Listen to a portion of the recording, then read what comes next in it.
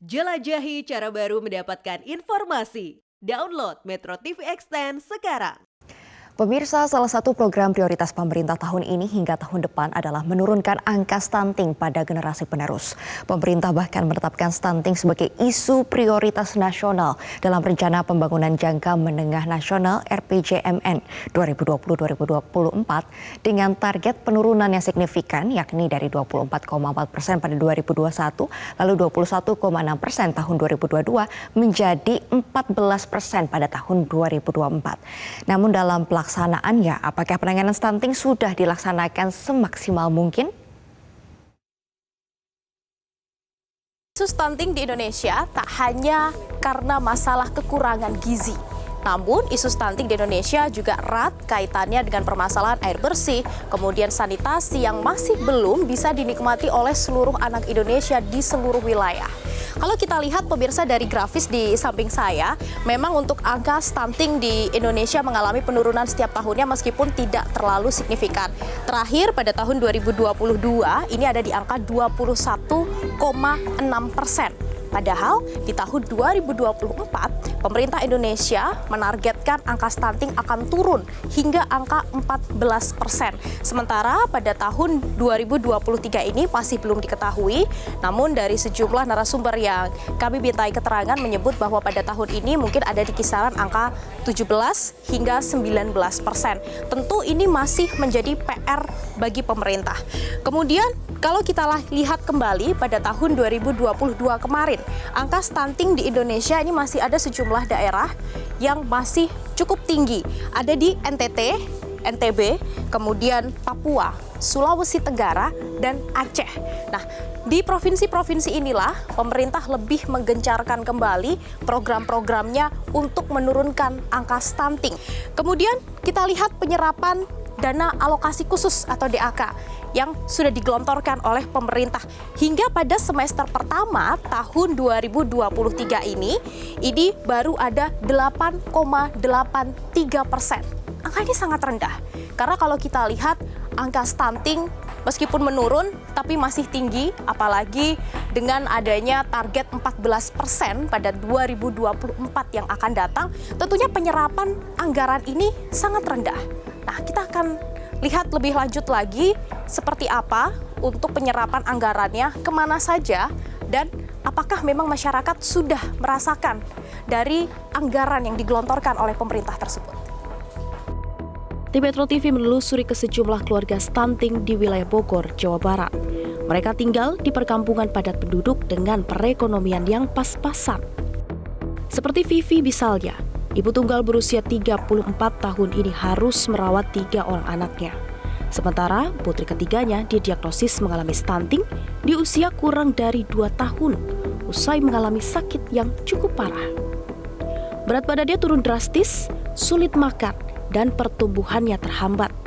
Terlebih lagi, anak ini lahir prematur. Vivi sehari-hari berjualan minuman dan pulsa di rumahnya dengan pendapatan 1 juta rupiah per bulan. Tentu dengan pendapatan tersebut sulit untuk memenuhi kebutuhan 3 anaknya. Bahkan saat balita, anak kedua Vivi juga sempat terindikasi stunting namun tidak terdeteksi. Kini ibu 3 anak ini bergantung pada bantuan dari Puskesmas Bogor Utara. Setiap minggu ia mendapat 14 butir telur, susu bubuk, dan 1 ekor ayam setiap bulannya. Kalau dari awal trimester pertama sama kedua tuh normal gitu, tinggi berat badannya dia tuh kata bidan bagus, cuma pas akhir-akhir jadi stuck gitu, jadi naiknya tuh malah turun. Waktu hamil. Waktu hamil. Di usia trimester ketiga kehamilan. Tapi kata bidan ada indikasi penyakit apa? Enggak, kata bidan itu banyakin makan ini aja, makan es krim, harus kan ada waktu itu 3 minggu. Perkiraan dikejar bisa 3 minggu sebelum dia lahir, ternyata dia malah keburu lahir gitu, jadi nggak sempet ngejar berat badan dia gitu. Kalau dari yang pemerintah, seminggu sekali dikasih telur dari pemerintahan. Berapa? Seminggu sekali itu 14 butir. Seminggu sekali 14 butir itu untuk seminggu ke depan gitu ya, seminggu. Anggaran untuk stunting yang digelontorkan pemerintah tidaklah sedikit. Pada tahun 2022 saja, pemerintah menggelontorkan untuk mendukung percepatan penurunan stunting sebesar 34,15 triliun rupiah.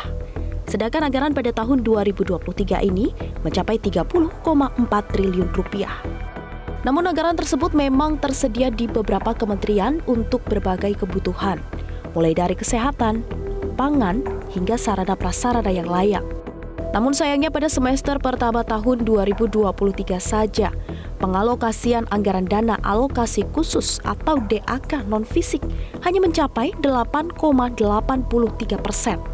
Mirisnya, justru anggaran tersebut lebih banyak digunakan untuk perjalanan dinas dan rapat, bukannya untuk membeli bantuan pangan untuk masyarakat untuk pemenuhan gizi. Hal ini pun membuat Presiden Joko Widodo geram. 10 miliar untuk stunting. Cek. Perjalanan dinas 3 miliar. Rapat-rapat 3 miliar. Penguatan pengembangan apa-apa bla bla bla 2 miliar.